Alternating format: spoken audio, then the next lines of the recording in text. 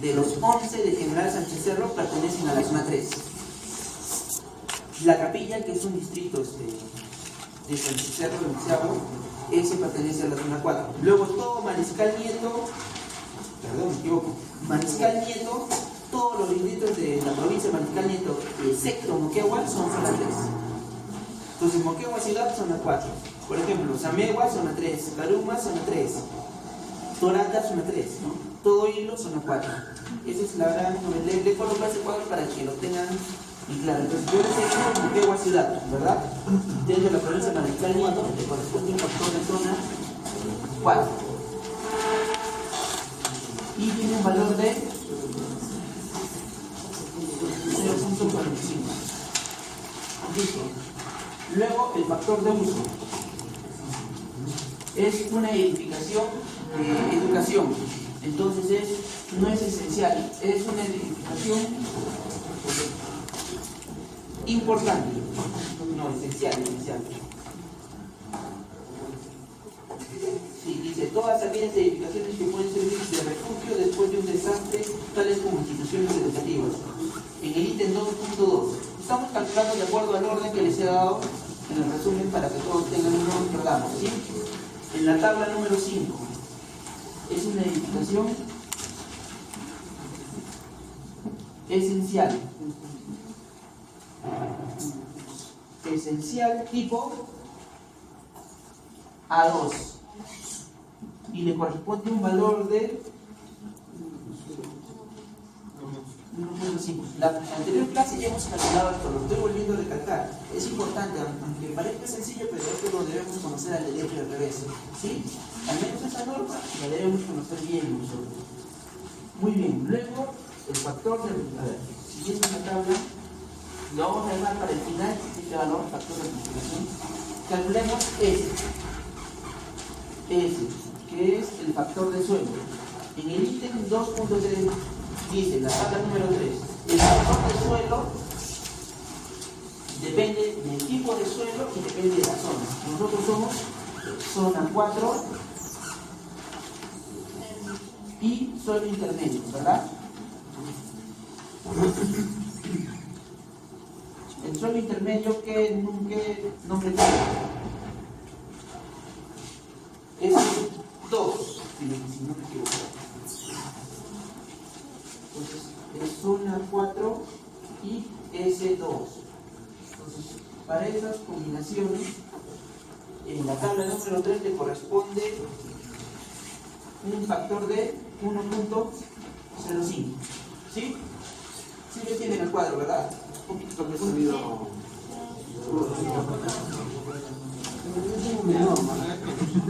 Bien, es solo la intersección. Si ustedes se fijan, bien. Acá están los tipos de suelo. Está el S0, el S1, el S2 y el S3. Y se intersecan con los tipos de zona. Zona 4, zona 3, zona 2, zona 1. En nuestro caso es zona 4 y suelo intermedio. Entonces solo zona 4 y suelo intermedio buscamos la intersección y este es el valor que debemos tocar. ¿Sí? De esa manera se interpreta el cuadro de la tabla número 4.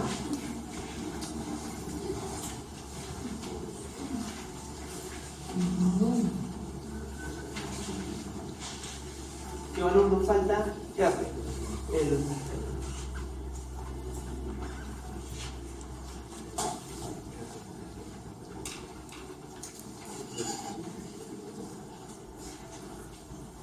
Coeficiente de reducción por ductilidad, RO. Todos los valores son constantes, sea cual sea la dirección de diseño. Recuerden, nuestra norma acepta dos direcciones ortogonales entre sí. La dirección X y la dirección Y. Bien, entonces este valor es el que va a cambiar. Va a haber un ROX y va a haber un ROY. Ahí viene la duda. Por ejemplo, ahora el sistema que hemos planteado, ¿qué sistema es? ¿Cuántos sistemas les mencioné que habían? 4. 3 aclaré y uno que no se utiliza en el promedio. El primero es el sistema aporticado. El sistema aporticado, ¿en qué consistía? Consistía en la combinación de columnas y vigas peraltadas. Los muros se aislaban, no tenían participación estructural. Luego teníamos el segundo tipo, el tipo de dual, donde al sistema porticado se le incorporaban muros de concreto armado o placas, y era un poco más rígido. Y luego teníamos el sistema de muros estructurales, donde las columnas y vigas ya no se llamaban columnas y vigas, sino se llaman confinamiento vertical y confinamiento horizontal, porque la única función que tienen es reforzar al muro. Ahí quien aporta la rigidez es el muro, no las columnas. Por eso son de dimensiones pequeñas y son embebidas, así como esta columna de acá, es un confinamiento, está embebido en el muro. ¿Sí? Entonces, en este caso, no hay ni placas ni muros. Estamos ante un sistema aporticado. ¿Sí? Lo ideal siempre es iniciar con un sistema aporticado. Y luego, dependiendo de los resultados, ya vemos si le colocamos placa o tal vez con eso es suficiente, ¿no? Sistema aporticado. ¿Cuánto es el factor de ductilidad para un sistema aporticado? Nos vamos a la tabla 2.6, perdón, al ítem 2.6, factor de reducción por ductilidad. Dice, concreto armado pórticos vale 8. Tanto X como para Y. En X y Y es un sistema aporticado. No hay placas, no hay nada.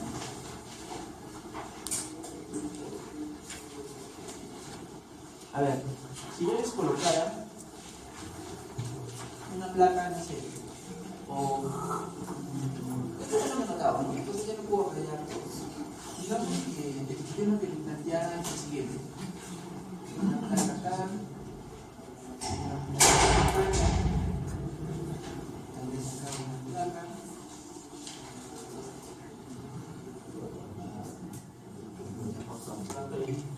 Identifiquen el sistema. Así, en esa situación, en X hay placas, es un sistema dual. En Y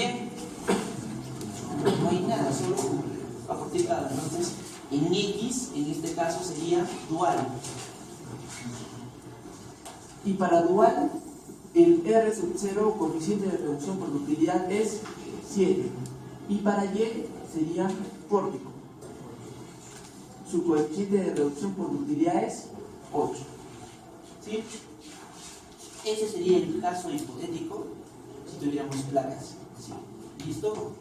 En nuestro caso no es así. Muy bien. Luego sigue el cálculo que le falta calcular. Estos coeficientes de irregularidad en planta, en altura y en planta están en función de unos cuadros que no los digo a copiar, porque no están pero sí están en el reglamento, lo van a revisar. No los voy a copiar. Vamos a suponer en este caso que no tiene ninguna irregularidad de planta ni altura. Por lo tanto, estos valores valen la unidad.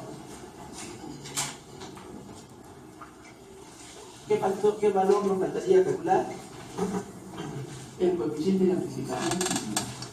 Muy bien.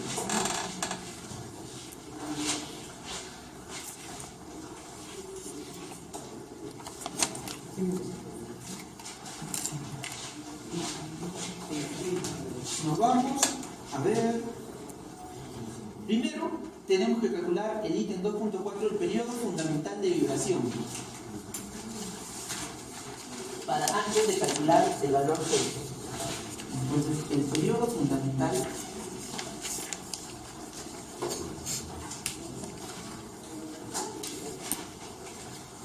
de vibración, ¿cuánto nos debería salir? Es de 3 niveles. 0.3 más menos segundos, ¿sí? Sin embargo, el reglamento nos da una fórmula. Dice, el periodo es igual a la altura total del edificio entre un término CT. ¿Sí? Nuestra altura total, ¿cuánto es? 9. Y el valor de CT En ese mismo 2.4 dice, ¿no? 35 para edificios cuyos elementos resistentes en la dirección considerada sean únicamente A. Pórticos de concreto armados sin muros de corte. B. Pórticos dúctiles de acero. En nuestro caso es eso, ¿no? Como es un sistema porticado, vale 35. Sí, todos se ubican en el cuadro, ¿verdad? Es en el cuadro de ICTES 2.4. ¿Cuánto es 9 entre 35? 0,26. Sí, va más o menos de los 0,3 segundos que debería salir. Y esto también es una fórmula un tanto teórica, es casi el mismo criterio que el que les acabo de indicar. En el análisis dinámico modal, allí sí se calcula el periodo en función a los modos de vibración.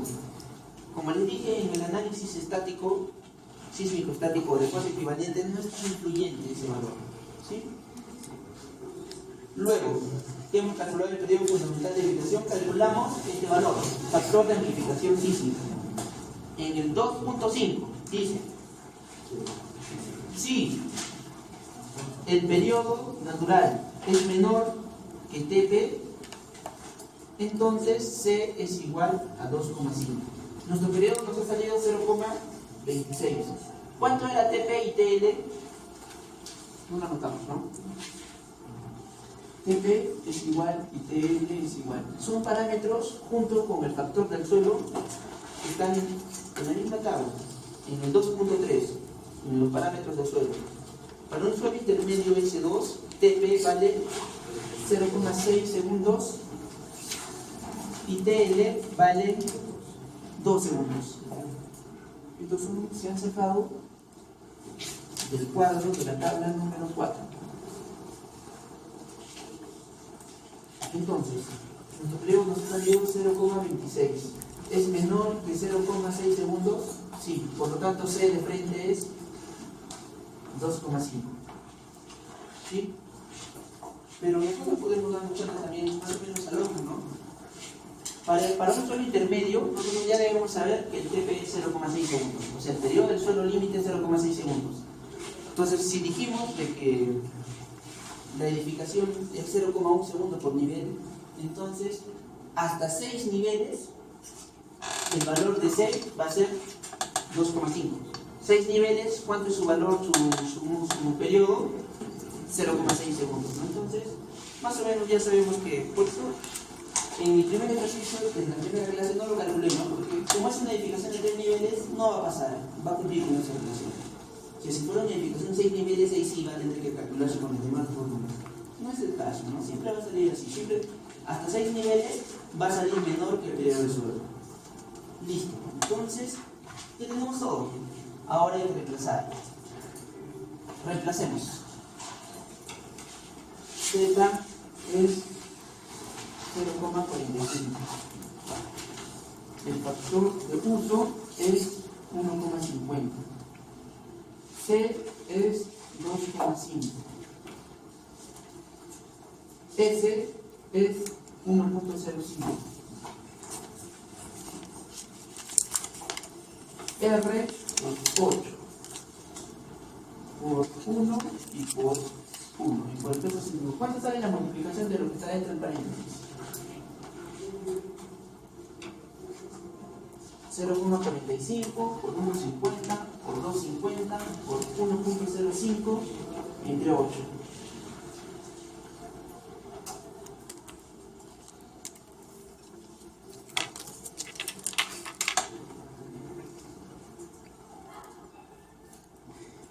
Alguien que lo multiplique, por favor, ¿cuánto sale?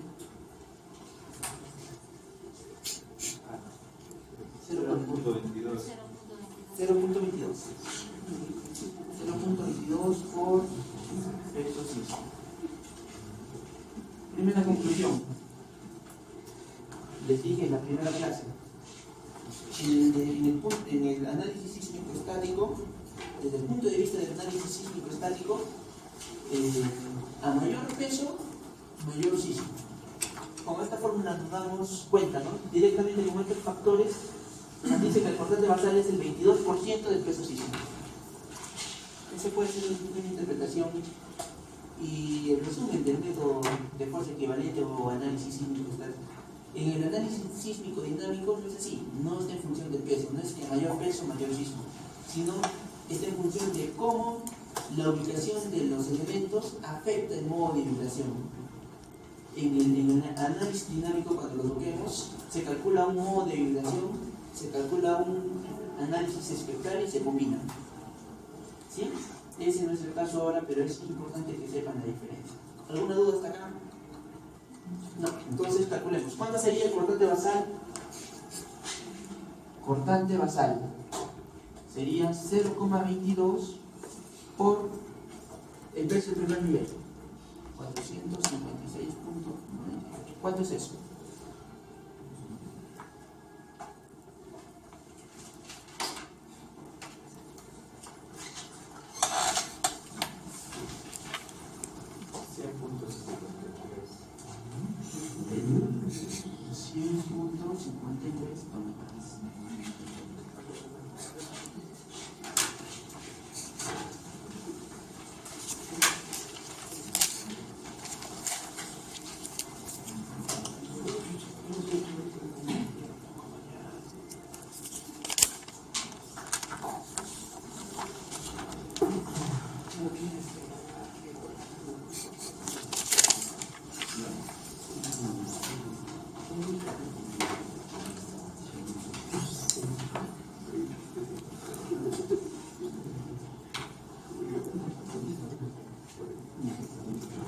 Ahora, copiaron para borrar 4.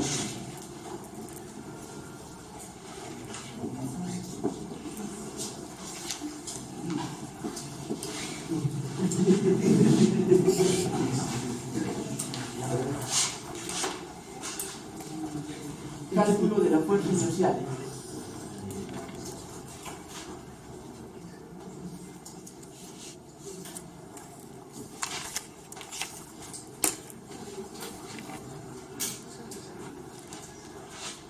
Ya les indiqué, la fuerza inercial es la fuerza realmente que va a ir por la fuerza equivalente de sismo, ¿no?